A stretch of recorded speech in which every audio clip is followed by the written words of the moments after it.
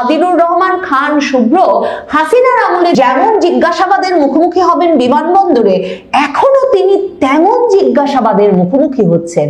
এ ঘটনাকে তাৎপর্যপূর্ণ বলে না ভাববার কোনো কারণ নাই। পত্রপত্রিকায় খবর বের হচ্ছে দুর্নীতি দমন কমিশনে নাকি অভিযোগের পাহাড় জমছে।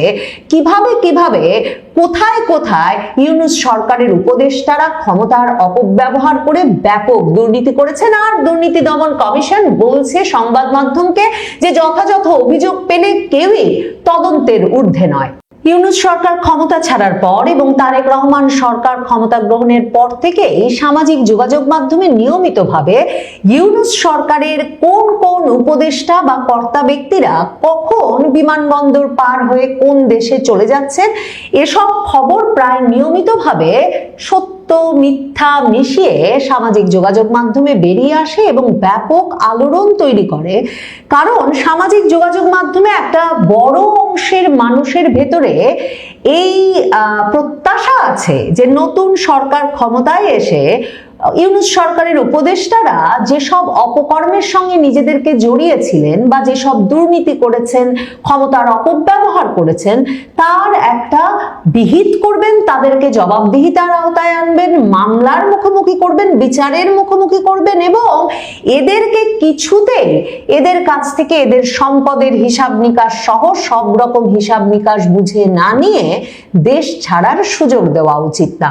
তবে ইউনূস সরকারের উপদেষ্টারা যে অনেকেই খুবই আকুল হয়ে পড়েছিলেন বিদেশ যাত্রার জন্য এবং বিদেশ যাত্রায় যাতে লাল পাসপোর্ট ক্ষমতা ছাড়ার পর বাধা হয়ে না দাঁড়ায়, সে কারণে অনেকেই ক্ষমতা ছাড়ার আগেই নির্বাচনেরও আগে লাল পাসপোর্ট জমা দিয়ে দিয়েছিলেন। তখন পররাষ্ট্র উপদেষ্টা বলছিলেন যে এমনটা হবার কথা নয়, দায়িত্ব ছাড়ার আগে লাল পাসপোর্ট ছেড়ে দেওয়ার এই বিষয়টা নজিরবিহীন। কিন্তু তারা সকলেই এই যে তাড়াতাড়ি গিয়ে লাল পাসপোর্ট জমা দিয়ে সাধারণ পাসপোর্ট নিচ্ছিলেন, কারণ এই উপদেষ্টাদের বিদেশ যাওয়ার তাড়া আছে এবং এই বিদেশ যাওয়ার তাড়া থাকায় তারা দ্রুত সাধারণ পাসপোর্টটা ক্ষমতায় থাকতে থাকতে সে ক্ষমতা প্রয়োগ করে নিয়ে সেখানে ভিসা লাগিয়ে প্রস্তুত হয়ে থাকতে চান, যাতে দ্রুততম সময়ে তারা বিদেশে পাড়ি জমাতে পারেন বা যে কোনো কাজে বা প্রয়োজনে বিদেশ যেতে পারেন। আদিলুর রহমান খান প্রধান উপদেষ্টা ডক্টর ইউনূসের যে উপদেষ্টা বাহিনী, তার মধ্যকার গণপূর্ত মন্ত্রণালয়, শিল্প মন্ত্রণালয়ের দায়িত্ব পালনকারী এই উপদেষ্টা এক রকমের জন আলোচনা বা গণ আলোচনার পেছনে থাকলেও তিনি হচ্ছেন সেই উপদেষ্টাদের একজন যারা মূলত ইউনূস সরকারটি পরিচালনা করতেন। এবং ইউনূস সরকার ক্ষমতা ছাড়ার পর যেসব ভেতরের খবর বেরিয়ে আসছে তাতে এখন পরিষ্কার হচ্ছে যে আদিলুর রহমান খান শুভ্র, ফাউজুল কবির খান কিংবা রিজওয়ানা হাসানের মতো উপদেষ্টারা প্রকৃতপক্ষে এই পুরো উপদেষ্টা বাহিনীকে শুধু পরিচালনা করছিলেন তাই নয়, তাদের অঙ্গুলি নির্দেশেই এক রকমের পুরো সরকারটা 18 মাস ধরে পরিচালিত হয়েছে। মানবজমিন এ নিয়ে এক আলোড়ন তোলা রিপোর্ট করেছে, যেখানে তারা সরাসরি এই শিরোনাম এবং এই খবর ফাঁস করেছে যে 3 উপদেষ্টা ক্ষমতা ধরে রাখতে চেয়েছিলেন, এরা কেউ নির্বাচন চান নাই, এরা দীর্ঘায়িত করবার জন্য মব ব্যবহার থেকে বিদেশি কূটনীতিকদের ব্যবহার সহ নানা কিছু করেছেন। কিন্তু কেন এই প্রশ্ন মানবজমিন তোলবার পর এই সম্প্রতি এমনকি ব্রিগেডিয়ার সাখাওয়াত, আরেক সাবেক উপদেষ্টা, তিনিও অভিমানী গলায় বাংলাদেশের সংবাদ মাধ্যমকে সাক্ষাৎকার দিয়ে বলেছেন যে ইউনূস সরকারের ভেতরে আরেকটা সরকার ছিল, একটা কিচেন ক্যাবিনেটের মাধ্যমে ওই সরকার পরিচালিত হতো, ওই উপদেষ্টাদের বৈঠকে তিনি কখনো ডাক পান নাই।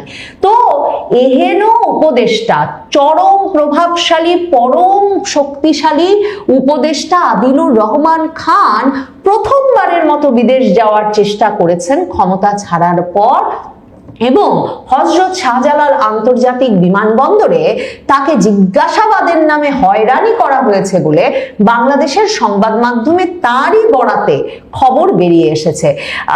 আমার দেশ পত্রিকা, কালের কণ্ঠ, এরা এসব খবর দিচ্ছে এবং আমার দেশ পত্রিকা বলছে রীতিমতো হাসিনা আমলের মতো সাবেক উপদেষ্টা আদিলুরকে বিমানবন্দরে হয়রানি করা হয়েছে। আমার দেশ লিখছে, ফ্যাসিবাদী শেখ হাসিনার আমলের মতো কাগজপত্র পরীক্ষার নামে বিমানবন্দরে হয়রানি অব্যাহত রয়েছে। অন্তর্বর্তীকালীন সরকারের সদ্য বিদায়ী উপদেষ্টা মানবাধিকার সংগঠন অধিকারের সম্পাদক আদিলুর রহমান খানকে হযরত শাহজালাল আন্তর্জাতিক বিমানবন্দরে হয়রানির অভিযোগ উঠেছে। পত্রিকাটি লিখছে, নেপালে জাতীয় সংসদ নির্বাচনে আন্তর্জাতিক পর্যবেক্ষক হিসেবে যাওয়ার উদ্দেশ্যে সোমবার বিমানবন্দরের ইমিগ্রেশনে গেলে সেখানে দায়িত্বরত special branch SB police super তাকে দীর্ঘক্ষণ বসিয়ে রাখে, তার কাছে নানা ধরনের প্রশ্ন জিজ্ঞেস করেন। সদ্য বিদায়ী উপদেষ্টা নাকি বলেছেন, আদিলুর রহমান খান এসবি কে বলেছেন যে তিনি সদ্য বিদায়ী উপদেষ্টা, তারপরেও তাকে অযাচিতভাবে হয়রানির উদ্দেশ্যে ইমিগ্রেশনের দায়িত্বরত কর্মকর্তারা বিভিন্ন ধরনের প্রশ্ন করতে থাকেন এবং তিনি নেপালে নির্বাচন পর্যবেক্ষণে যাচ্ছেন এই উদ্দেশ্যের কথা বলার পরেও তাকে বসিয়ে রাখা হয়। পরে ওই কর্মকর্তা পুলিশের এসবি ব্রাঞ্চের আরো ঊর্ধ্বতন কর্মকর্তাদের সঙ্গে যোগাযোগ করেন। তারপর একসময় তিনি ছাড়া পান, তাকে বোর্ডিং পাস দেওয়া হয় নেপালের প্লেনে ওঠার। প্রথম প্রশ্ন, এই সদ্য বিদায়ী উপদেষ্টা আদিলুর রহমান খানকে একজন সন্দেহভাজন ব্যক্তি হিসেবে এসবির তালিকায় ঢুকিয়ে দিল কে নতুন সরকার ক্ষমতায় আসতে না আসতে? কারণ সুস্পষ্টভাবে ইউনূস সরকারের সকল উপদেষ্টাকে কিংবা বাছাই করা বিএনপির জন্য ক্ষতিকর হয়ে উঠেছিলেন এমন উপদেষ্টাদের বার্তা দেওয়ার যদি তাগিদ না থাকে, তাহলে এমন একজন ব্যক্তিকে যিনি মাত্র তার মন্ত্রিত্ব ছেড়েছেন, উপদেষ্টা পদ ছেড়েছেন, তার নাম সন্দেহভাজন ব্যক্তির তালিকায় এসবি লিস্টে থাকবে কেন? মানে আমরা সকলেই জানি যে সরকারের দেওয়া তালিকায় এসবি লিস্টে এয়ারপোর্টে যদি নাম না থাকে, তাহলে এয়ারপোর্টে কর্মরত স্পেশাল ব্রাঞ্চের কর্মকর্তা কিংবা ইমিগ্রেশনের কর্মকর্তারা নিজ উদ্যোগে এ ধরনের ভিআইপিদের, মানে সদ্য বিদায়ী মন্ত্রীদের কিংবা সরকারের বা প্রশাসনের গুরুত্বপূর্ণ ব্যক্তিদের বসিয়ে রাখবেন, হয়রানি করবেন, জিজ্ঞাসাবাদ করবেন, সেই বাস্তবতা একেবারেই বাংলাদেশে অসম্ভব। তাহলে ভাবুন তো, সরকার পরিবর্তন হতে না হতে আদিলুর রহমান খানকে জিজ্ঞাসাবাদকে উদ্দেশ্যমূলক এবং বিএনপি সরকারের সুস্পষ্ট বার্তাবাহী না ভাববার কি কোনো কারণ আছে? মানব জমিন যে প্রতিবেদনটি ছেপে সারা বাংলাদেশে আলোড়ন তুলল সম্প্রতি, যে 3 উপদেষ্টা কিভাবে নির্বাচন পিছিয়ে দেওয়ার চেষ্টা করতেন, সেখানে কিন্তু মানব জমিন সুস্পষ্টভাবে লিখেছেন এই 3 উপদেষ্টা নিয়মিতভাবে সন্ধ্যাবেলা আলাদা করে বৈঠকে বসতেন। এই আদিলুর রহমান খান, ফাউজুল কবির খান এবং রিজওয়ানা হাসান, এবং মানব জমিনের ভাষায় বা মানব জমিনের কথা মতো ডক্টর মোহাম্মদ ইউনূসও নাকি একটা সময়ে নির্বাচন দিয়ে ফেলতে চেয়েছিলেন, কিন্তু এই 3 উপদেষ্টা কিছুতেই রাজি হচ্ছিলেন না।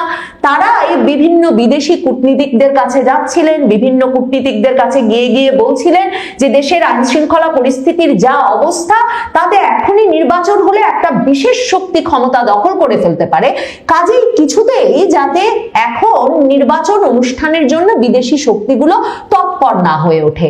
মানব জমিনের চেয়েও বিস্ফোরক যে কথা বলেছে, তারা বলেছে এমনকি হাদির হত্যাকাণ্ডের পর যে প্রতিক্রিয়া কিংবা সারা বাংলাদেশ জুড়ে যে এক রকমের মব সৃষ্টি করা হয়েছে এবং ভয়ের রাজত্ব কায়েম করা হয়েছে, ত্রাসের রাজত্ব কায়েম করা হয়েছে 18 মাস ধরে, এবং সর্বশেষ হাদির মৃত্যুর পর ডিসেম্বরে যে প্রতিক্রিয়া এবং প্রথম আলো ডেইলি স্টারে অগ্নিকাণ্ডের যে ঘটনা, ঘন্টার পর ঘন্টা আইন শৃঙ্খলা রক্ষাকারী বাহিনীর কোনো রকম তৎপরতা ছাড়া আগুন জ্বলতে দেওয়া, ভাঙচুর চলতে দেওয়া, মানব জমিন বলছে এর সঙ্গেও উপদেষ্টাদের কোনো ব্যক্তি জড়িত এ বিষয়ে সুস্পষ্ট প্রমাণ আছে। মানে এই 3 জনের দিকেই কিন্তু ইঙ্গিত করছেন। এমনকি মনে করে দেখেন, নিউ এজ পত্রিকার সম্পাদক নুরুল কবির, যিনি ওই রাতে ডেইলি স্টারে সাংবাদিক উদ্ধার করতে গিয়েছিলেন, তিনি তো বারবার বলে আসছেন যে উপদেষ্টাদের কারো সুস্পষ্ট নির্দেশনা ছাড়া আইন শৃঙ্খলা রক্ষাকারী বাহিনী এমন ভাবে নিষ্ক্রিয় থাকতে পারে না প্রথম আলো ডেইলি স্টারে আগুন দেওয়ার ঘটনায়। কাজেই উপদেষ্টা পরিষদের কারো উস্কানিতেই এমন ঘটেছে। হাদি মঞ্চের কথা ভাবেন, ইনকিলাব মঞ্চের নেতারা বারবার এ কথা, এমনকি এই যে পরে ইউনূস সরকার যে ভাইকে যুক্তরাজ্যের দূতাবাসে চাকরি দিয়ে গেছেন, হাদির সে ভাই তো বারবার শাহবাগে দাঁড়িয়ে বলেছেন যে উপদেষ্টাদের কেউ কেউ এমনকি হাদির হত্যাকাণ্ড সম্পর্কে আগে থেকে জানতেন। কাজেই বড় ধরনের ষড়যন্ত্র যে ইউনূস সরকারের ভেতরে ঘটছিল সেটা তারেক রহমান জানেন, সেটা বিএনপি সরকার জানে, এবং বিএনপি রাজনৈতিকভাবে কি কি ঘটেছে গত 18 মাসে সে সম্পর্কে ভীষণভাবে ওয়াকিবহাল। তাহলে বিএনপি কি তাদের বিরুদ্ধে কাজ করছিল উপদেষ্টাদের যারা, কিংবা তাদের বিরুদ্ধে কাজ করছিলেন প্রশাসনের যে ব্যক্তিবর্গ, তাদেরকে বার্তা দিতে চায়, তাদেরকে বিদেশ যাওয়ার সময় হয়রানি দিয়ে শুরু, জিজ্ঞাসাবাদ দিয়ে শুরু, এবং পরবর্তীতে মামলা মোকদ্দমা দুদকের তদন্ত এরকম নানা কিছুতে জড়িয়ে ফেলার ইঙ্গিত দিতে চায়?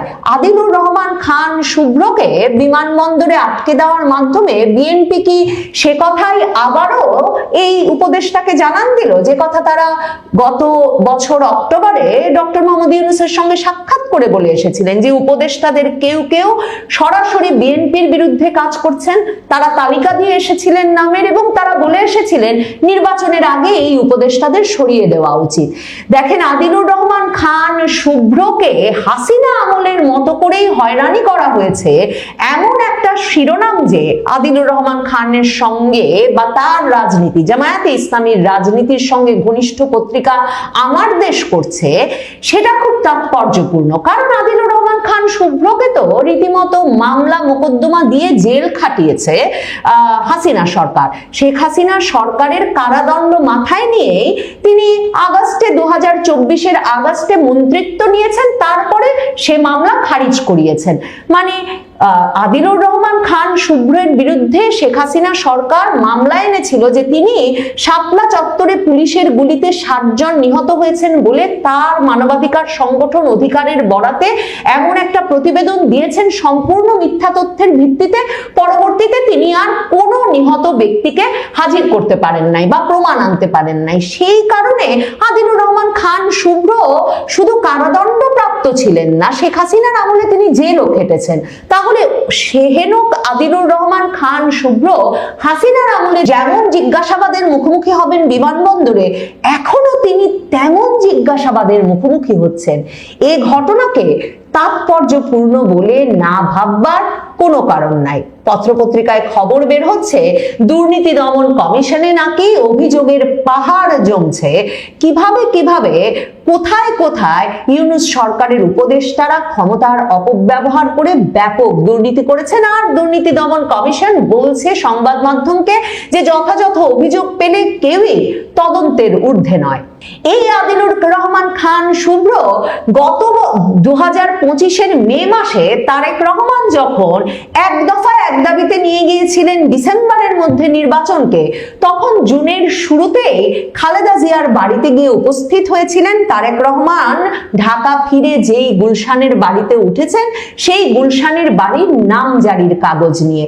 মানে সেটা বিস্ময়কর ছিল এ কারণে যে প্রেসিডেন্ট জিয়া 1981 সালে নিহত হওয়ার পরেই সরকার ওই বাড়িটি খালেদা জিয়ার নামে দিয়েছিল। কাজেই ওই বাড়ির নামজারির কাগজ নিয়ে একেবারে গণপূর্ত উপদেষ্টা যে সাবেক প্রধানমন্ত্রী খালেদা জিয়ার বাড়ি গিয়ে উপস্থিত হলেন, কি আলাপ আর তাদের মধ্যে ছিল সে আলাপও কিন্তু তখন থেকেই আছে।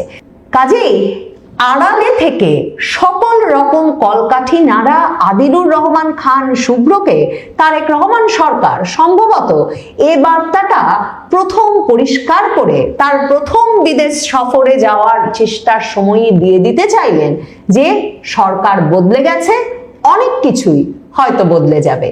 দর্শক, বিগত সরকারের দায়িত্ব শেষ হয়েছে গত 17ই ফেব্রুয়ারি। নতুন সরকার পরিচালনা করছে, বিএনপির সরকার কাজ করছে, সেই দৃশ্যগুলো তো আমরা দেখছি।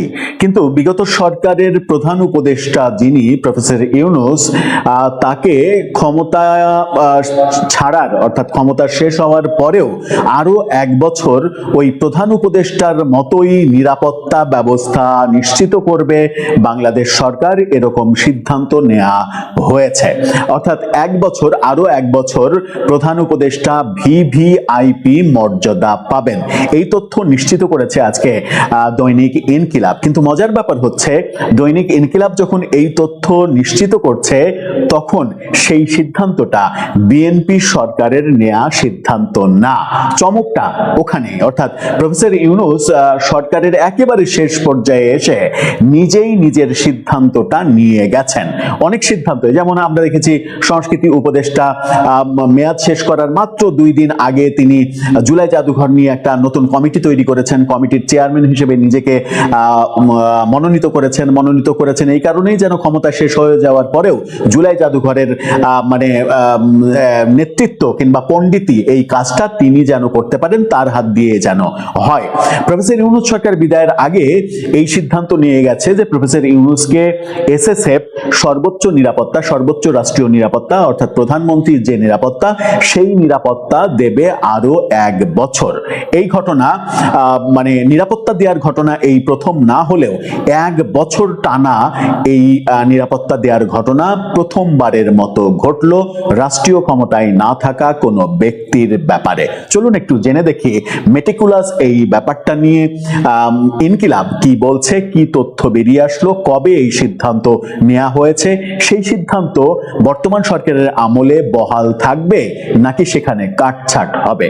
থাকবেন দর্শক, বলছিলাম প্রফেসর ইউনূস প্রধান উপদেষ্টা ছিলেন, তাকে আরো 1 বছর রাষ্ট্রীয় নিরাপত্তা দেয়া হবে, ভিভিআইপি মর্যাদা দেয়া হবে।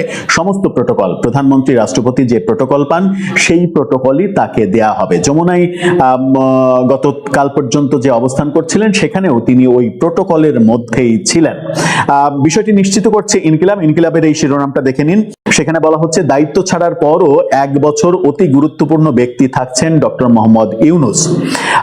এই তথ্য যখন তারা নিশ্চিত করছে তখন আমরা দেখছি যে বিদায়ী অন্তর্বর্তীকালীন সরকারের প্রধান উপদেষ্টা ডক্টর মোহাম্মদ ইউনূসকে তার দায়িত্ব হস্তান্তরের তারিখ থেকে পরবর্তী 1 বছরের জন্য, অর্থাৎ 2027-এর 17 ফেব্রুয়ারি পর্যন্ত অতি গুরুত্বপূর্ণ ব্যক্তি হিসেবে ঘোষণা করেছে সরকার। এর ফলে দায়িত্ব পরবর্তী সময়েও তিনি বিশেষ নিরাপত্তা, এসএসএফ নিরাপত্তা পাবেন। কিন্তু মজার ব্যাপার হচ্ছে যে এই সিদ্ধান্তটা বিএনপি সরকার নেয়নি, এই সিদ্ধান্তটা প্রফেসর ইউনূস নিজে নিয়েছেন। নিজে যেমন ক্ষমতায় থাকতে নিজের কর মওকুফ করে নিয়েছেন, নিজের বিভিন্ন প্রতিষ্ঠানের লাইসেন্স দিয়েছেন, নিজের মামলা নির্বাহী আদেশে তুলে নিয়েছেন, তেমনি নিজের নিরাপত্তার জন্য এসএসএফ নিরাপত্তার যে গেজেট, সেই গেজেট পাশ করে গেছেন তিনি, এবং সেই ঘটনাটা ঘটিয়েছেন তিনি ফেব্রুয়ারির 10 তারিখে, নির্বাচনের একদিন আগে।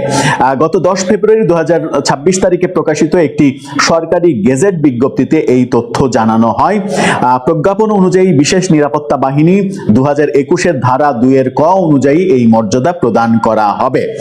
দায়িত্ব ছাড়ার পর প্রধান উপদেষ্টাকে ভিভিআইপি মর্যাদা দেওয়ার বিষয়টি বাংলাদেশে নতুন নয়।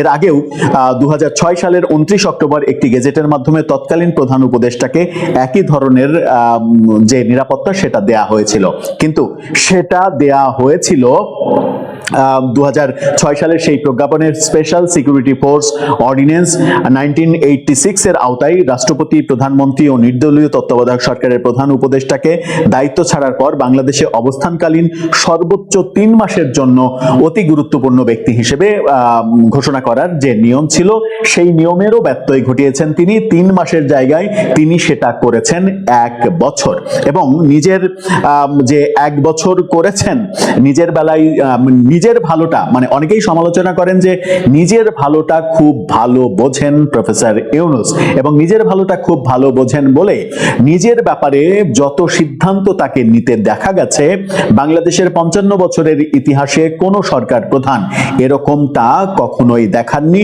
সে যত বড় দুর্নীতিবাজ সরকার প্রধানই হোক না কেন, নিজের আখের গোছানো কিংবা নিজের মতো করে সবকিছু গুছিয়ে নেওয়া, এই ব্যাপারগুলো আমরা দেখিনি। বর্তমান এবং অতীতের যে পার্থক্য, 2006 সালের প্রজ্ঞাপনে এই নিরাপত্তা ও মর্যাদা 3 মাসের জন্য কার্যকর থাকলে 2026 সালের নতুন প্রজ্ঞাপনে, যেটা আমরা দেখছি যে 2006 সালের প্রজ্ঞাপনে ছিল স্পেশাল সিকিউরিটি ফোর্স অর্ডিন্যান্স 1986 এর আওতায়, সেটা পরিবর্তন করে 2026 সালে নতুন প্রজ্ঞাপনে ডক্টর ইউনূস এই সময়সীমা 3 মাস থেকে 1 বছর বাড়িয়ে নিয়েছেন। এখন প্রশ্ন হচ্ছে, এই 1 বছর কি তিনি দেশে থাকতে চান?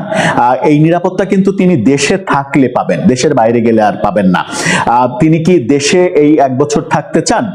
যেভাবে যে হারে দুদকে তার নামে অভিযোগ শোনা যাচ্ছে, অভিযোগ আসছে শোনা যাচ্ছে, এবং বিভিন্ন জনের মামলা টামলার কথা বলছেন, সেই ব্যাপারগুলো তার জন্য প্রচন্ড অসম্মানজনক হচ্ছে।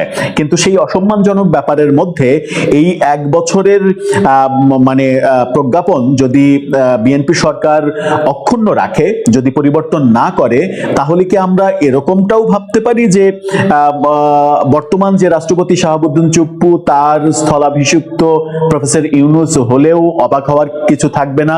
লন্ডন বৈঠকে সে ধরনের সমঝোতা যদি হয়ে থাকে, তাহলে সেই সমঝোতার আলোকে প্রফেসর ইউনূস হতে পারেন নতুন রাষ্ট্রপতি, সবাইকে চমকে দিয়ে, যেমন বিএনপি সরকার সবাইকে চমকে দিয়ে ডক্টর খলিলকে পররাষ্ট্রমন্ত্রী করেছেন, যেটা বিএনপির লোকজনও কখনো কল্পনা করেনি যে এই ঘটনাটা ঘটবে। সেরকম কিছু কি হতে পারে? বিশেষ করে স্বরাষ্ট্রমন্ত্রীর আজকের যে কথা, পুলিশ হত্যাকাণ্ডের বিচারের ব্যাপারে গত কয়েকদিন থেকে চলমান যে তথ্য, সেই তথ্য যখন একেবারে ইউটার্ন করে গেল, মনে হচ্ছে যে এনসিপি, জামাত কিংবা প্রধান উপদেষ্টা প্রফেসর ইউনূস কিংবা সাবেক উপদেষ্টা পরিষদের এক ধরনের আবদার কিংবা এক ধরনের চাহিদা, সেই চাহিদার পরিপ্রেক্ষিতে পুলিশ হত্যাকাণ্ডের কোনো ধরনের কোনো বিচার কিংবা তদন্তের দিকে সরকার যাচ্ছে না। এই সিমটম গুলো যদি মানে পরিলক্ষিত আপনার কাছে হয়, তাহলে কি এটাও মানে অনুমান করলে ভুল হবে যে প্রফেসর ইউনূসের এখনো সম্ভাবনা নষ্ট হয়ে যায়নি কিংবা শেষ হয়ে যায়নি রাষ্ট্রপতি হওয়ার ব্যাপারে? দর্শক, আপনার কাছে কি মনে হয়? এই যে 3 মাসের ব্যাপার, এর আগের তত্ত্বাবধায়ক সরকার প্রধানকে 3 মাস এসএসএফ নিরাপত্তা দেওয়া হয়েছে, প্রফেসর ইউনূস নিজে ক্ষমতায় থাকাকালীন সেটাকে 1 বছর করে ফেলেছেন। সেটা কি ঠিক করেছেন? নৈতিকভাবে কি তিনি ঠিক করলেন, নাকি নিজের মতো করে আখের গোছানোর ধারাবাহিকতা ক্ষমতার একেবারে শেষ পর্যায়ে এসেও তিনি অব্যাহত রাখলেন? আপনার মন্তব্য জানিয়ে লিখতে পারেন আমাদের কমেন্ট বক্সে।